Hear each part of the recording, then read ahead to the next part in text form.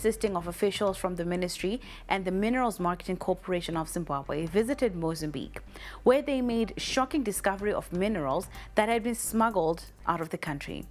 Now, the team left the country on a mission that sought to establish whether the minerals stockpiled at the port of Beira had exited Zimbabwe through legal channels.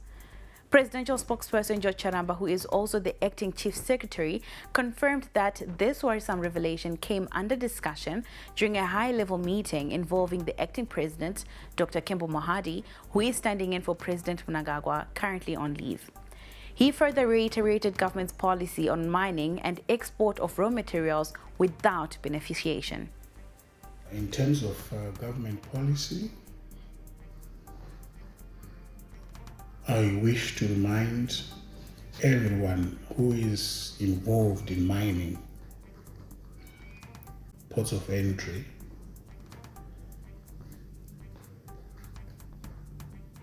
that mid last year, 2025, government took a position of slapping a blanket ban on the exportation of mineral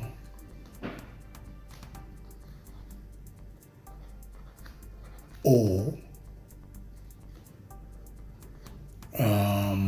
with a view to ensuring that there is greater value addition activity on our minerals. The only mineral which was exempt from this ban was lithium, in view of the ongoing investments towards beneficiation.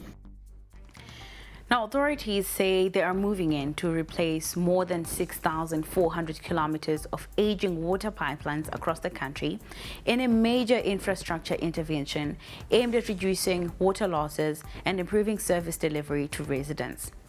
The move is part of broader reforms to modernize local authorities and strengthen accountability in the provision of water and sanitation services. Speaking at the 2026 to 2030 Strategic Plans Validation Workshop in Mlayo, Local Government and Public Works Minister Daniel Garwe said non-revenue water remains a major threat to the financial sustainability of local authorities. He also added that the ministry is driving a transition toward smart water metering to improve accountability and enhance revenue collection. The ministry is therefore driving a transition towards transformative smart water metering to improve accountability, monitor losses, enhance revenue collection, and increase operational efficiency. Smart meters are no longer a future aspiration. They are an operational necessity as we speak. Still at that same meeting, Minister Garwe said smart water metering is no longer optional, but a critical tool for modernizing urban service delivery and strengthening financial management in councils. Beyond pipeline replacement, government is also prioritizing upgrades to water production and treatment infrastructure as existing systems are struggling to keep pace with rapid urbanization and growing demand. We must protect the residents by us doing the needful. Let's be resolute, let's be committed, let's ensure that we play our part in the National Development Strategy 2 as we journey towards Vision 2030. If others have done it in other jurisdictions, I don't see how we can fail to do that. We are getting maximum support from His Excellency. Now, in some agricultural news, government has launched a $9.4 million resilient agriculture cluster project aimed at strengthening food security through irrigation rehabilitation, climate smart farming, and expansion of rural value chains. The initiative was unveiled during a stakeholder workshop in Mlayo, focusing on transforming Zimbabwe's national food systems. The project is being implemented with the support from the African Development Bank and the International Fund for Agricultural Development, in line with the National Development Strategy 2. It prioritizes transition from primary agricultural production to agro-processing and beneficiation to boost economic growth. Authorities say the project will promote value chain financing and expand village business units to improve incomes for rural communities. The Resilient Agriculture Cluster Project is a 9.4 million grant from the African Development Bank Climate Action Window that is integrated as an additional financing into the ongoing IFAD-funded Smallholder Agriculture Cluster Project, SACAP. Government is also focused on de-risking agriculture to unlock investment for smallholder farmers. SACAP will build climate intelligence, expanding weather observation networks and early warning systems. SACAP will also look into de-risking agriculture production by piloting initiatives. Partners say the project will scale up crop and livestock insurance and promote climate-smart agriculture. They added that improved water access and harvesting technologies will help farmers adapt effectively to the changing climatic conditions. So this will help farmers to know when to plant, to know when to harvest, and this is very important as a climate adaptation measure.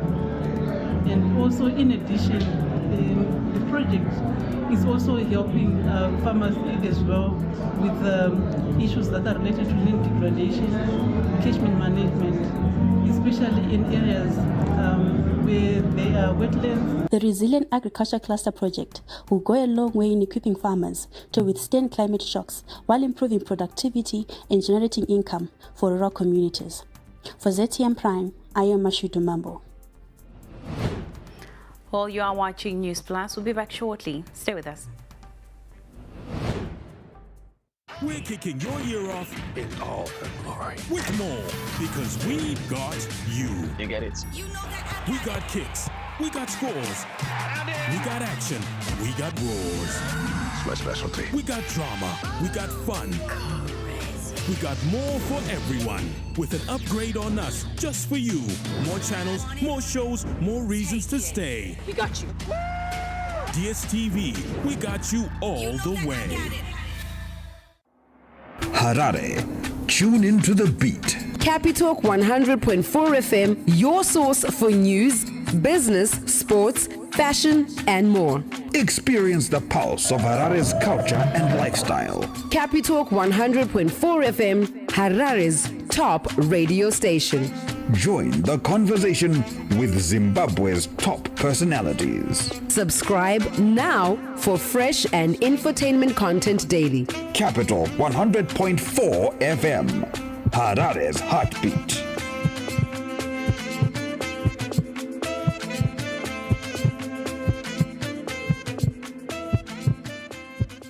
Didn't graduate? I guess I blew it.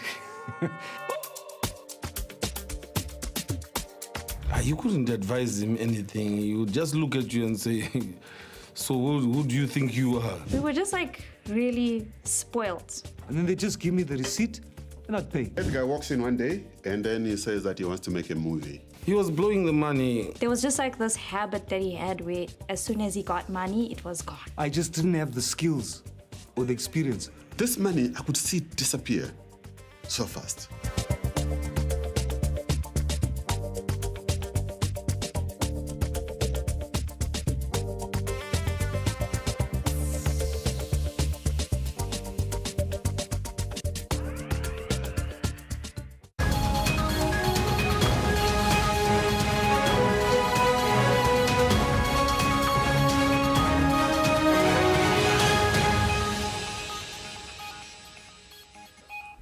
Well, welcome back. You are still watching Newsplus. Now, over in Epworth, residents are picking up the pieces after devastating floods swept through the area over the weekend, leaving a trail of destruction and homelessness in their wake.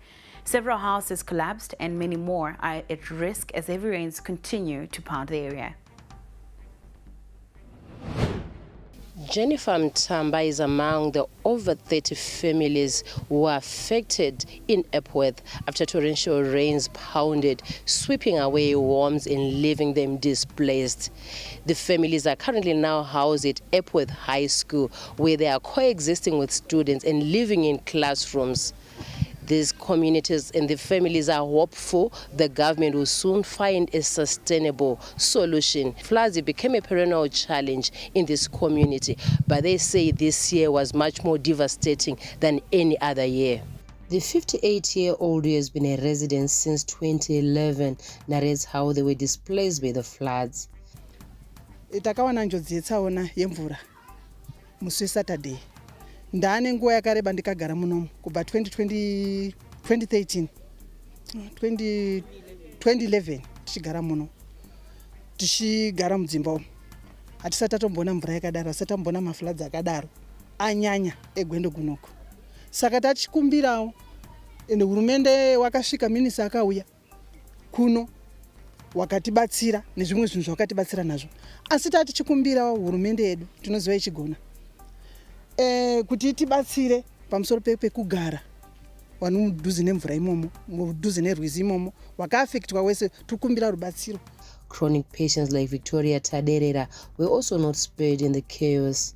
Most of them lost their medication in the floods. Takazowingwa newe MSF na sister in charge wepadombo wakatipawo matablets. Waita munhu wese anenge ane dambudziko akane matablets akanyora ngaataure munhu wese, vanhu vese tikabatsirwa tikapiwa matablets iwayo. Saka naizvozvo tinozvitenda. Gogo Mcharuisei, another survivor of the floods, was also evacuated to Epworth High School, where classrooms were turned into temporary shelters. He's praying for a miracle for a permanent shelter. A resident since 1997, Gogo Mcharuisei recalls how the floods left a stretch of devastation, broken walls, toilets, and household property. Shokuti nana tiri pano pa chikoro pa secondary. Mumba musikugarika makaita chitubu muri kubuda mvura. The government has since visited the displaced families and is in the process of finding suitable land to resettle people like Gogo Mcharuisei away from wetlands. For now, the displaced families wait, hoping the floods will retreat and allow them to return to their homes. Reporting for ZTN Prime, I am Mirira Nsingo. Now let's talk about customer service. The standards in Harare are under the spotlight as citizens are raising serious concerns over how they are being treated in their daily interactions.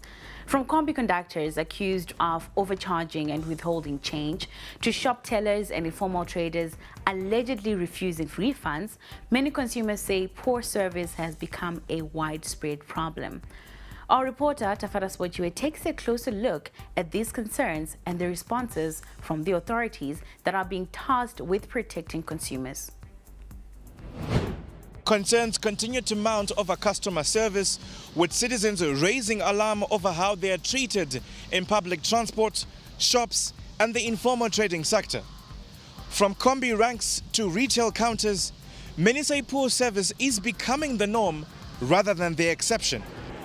Customer service standards in Harare are going down if statistics on the ground are anything to go by. The famous adage, "Customer is king," is fast turning to be a thing of the past. In 2025 alone, over 2,000 businesses were prosecuted for various offences. The moment you out to uchidya chingwa chako na chine mamolds andimana paunodzokera nacho ku tax shop yawatenga iyoyo chiti chingwa changu anoramba kukudzorera refund. Authorities say they are keeping an eye on the trend. The Consumer Protection Commission said consumers should not suffer in silence. A consumer buys a product and is not happy with it, they have the right to return it and get a refund, exchange it for a better product. Failure to honor this right will result in the business being prosecuted and liable to a fine not exceeding level 12. And level 12, as you may be aware, is about $3,000. You would need expert advice before buying an electronic gadget in Harare or risk being duped. This electronic dealer admitted that some traders engage in unscrupulous practices, deliberately selling defective products particularly to customers who appear overly eager or are perceived as less knowledgeable. Fesi yako yo ndiyatotanga tatarisa nedzungu rako. Ipapo tokukanda watidi kureva nema ipapo. Tinokupfekedza tombonyepe. Tokupfekedza. Kuitira kuti udzoke chinoitika manje chekuti tinoda kuti udzoke iwewo. Uzotipa mari 100 yasara iye. Tichikupa chinhu chacho chaicho. Saka imwe yacho inenge tiri software. Tinokupa 50 tichiziva kuti hauzopedze naye kana 2 weeks. Pauchadzoka uchinditi yadhakwa nonda kuti handakakuudza chiisa 100 rinenge riri tiri kuside kwedu manotes calculated shots. Across the capital, frustration is boiling over.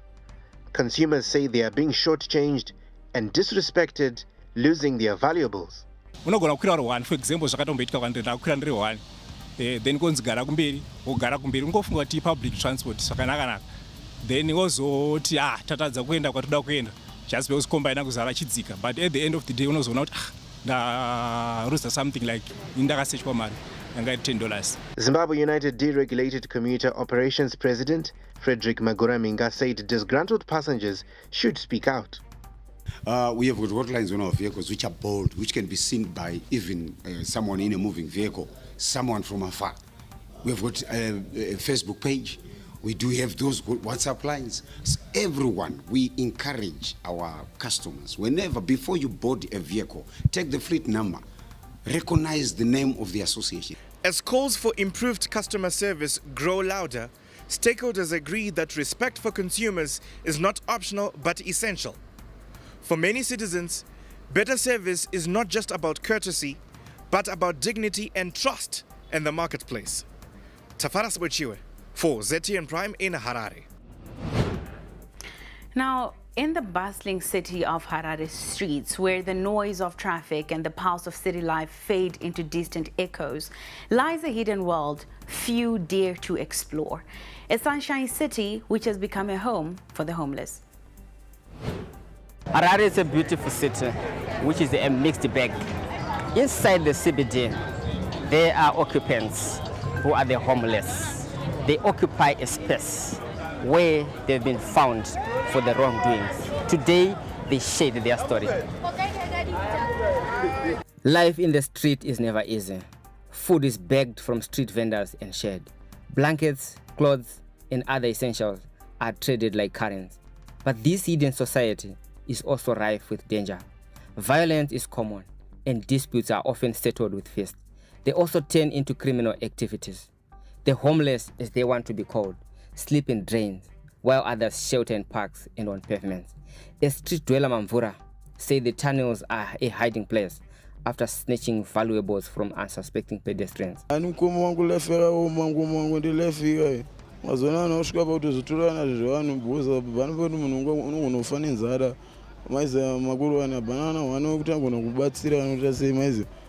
zvamwari zvezvendea vamwe toona ngestori vanhu yachaizvo kusvika nonzi uyo wamona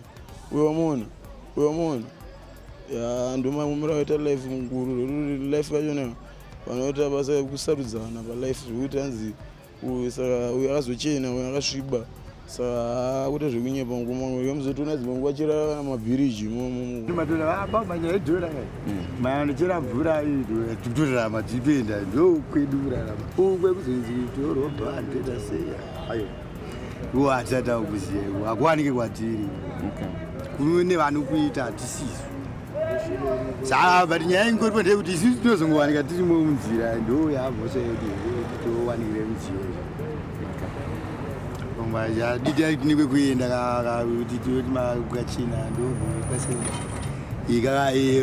Mamvura further said they stay in groups due to what they do. To numb the cold and hunger, many of these town dwellers turn to drugs, mainly glue. But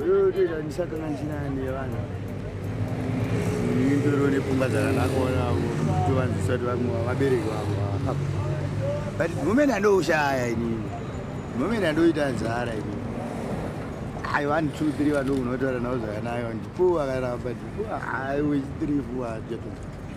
Another street dweller, Toro, said they survive on scavenging. Machips anenge asara inisa kubhini. Tinomatora machips ayo ndenge ari apa. Ari kopi? Atinodya isusu. Singwa dzinodzi. Tapedza kudya machips atane nzara. Tinenda mna Robert pane mane mamarasa uyasadza.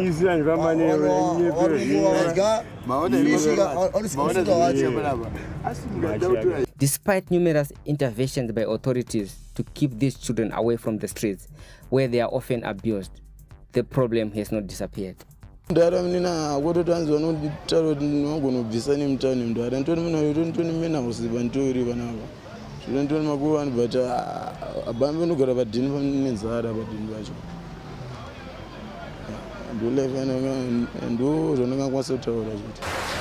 are some of the trenches, the tunnels, where some of the homeless children of the streets stay, sleep, hide their stash. Hope might be dim in these depths, but it is not extinguished. Latu Onyangu for Certain Prime in Harare. And now we take a look at business news after this. We're kicking your year off in all her glory with more because we got you. You get it? We got kicks. We got scores. We got action. We got roars. It's my specialty. We got drama. We got fun. We got more for everyone with an upgrade on us just for you. More channels, more shows, more reasons to stay. We got you. DSTV, we got you all the way.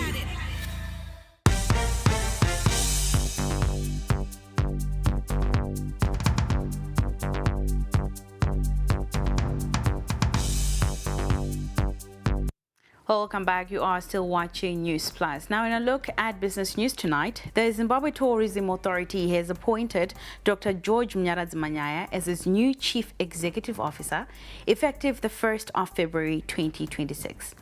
Now, Dr. Manyaya joins ZTA from Zesa Holdings, where Dr. Manyaya joins ZTA from Zesa Holdings, where he was General Manager for Marketing, Communications and Stakeholder Relations. He is also the current Chairman of Zinara, and his appointment comes as ZTA comes to strengthen tourism development, destination marketing and sector coordination. Dr. Manyaya previously served as a tourism brand ambassador and was part of the organizing committee for the 2013 UNWTO General Assembly that was co-hosted by Zimbabwe and Zambia. Still in a look at business, the United Nations Economic Commission for Africa projects Zimbabwe's economy to grow by at least 3.8% this year, supported by improving macroeconomic stability. The outlook follows a rebound from 2% growth in 2024 to an estimated 6.6% last year, this being driven by better rainfall as well as stronger mineral output. Inflation has eased by about 15%, while the ZiG exchange rate has remained broadly stable. Now, higher output in maize and wheat, along with stronger exports, has reinforced this recovery. Growth is projected at 4.2% in 2026 and 4.4% in 2027, placing Zimbabwe slightly above the Southern Africa regional average. Still in our look at business, Zimbabwe has attained an economic milestone in price stability in the local currency, Zimbabwe gold, with year-on-year inflation falling into single digits, hitting 4.1% this January for the first time since 1997. Equally, the US dollar annual inflation has also drastically declined to 1% as of this January, marking a crucial milestone toward durable macroeconomic stability.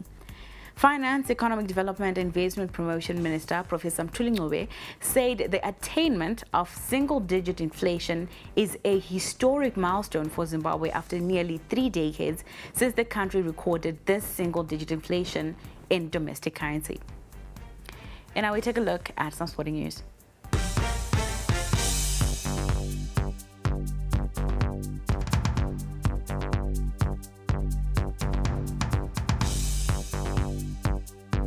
Now look at sport tonight. ZIFA has broken new ground after partnering with the prestigious International Center for Sports Studies and the Midlands State University to introduce the FIFA CS International Program in Sports Management in Zimbabwe for the first time. The globally recognized program brings elite sports management training to Zimbabwe, aimed at strengthening governance, professionalism, and capacity within local sport. Enrollment for the inaugural class begins on Wednesday, and ZIFA weighed in on the significance and impact of this development. Let me say from the academic perspective first, we are bringing a curriculum that is tailor-made to address local sporting needs while it's maintaining international standards. That's very important because we are joining a network that will assist Zimbabwean football to be aligned with the global trends in terms of sports management. So from the practical perspective, we find that the people who are going to be trained, they are going to transform sporting management in Zimbabwe.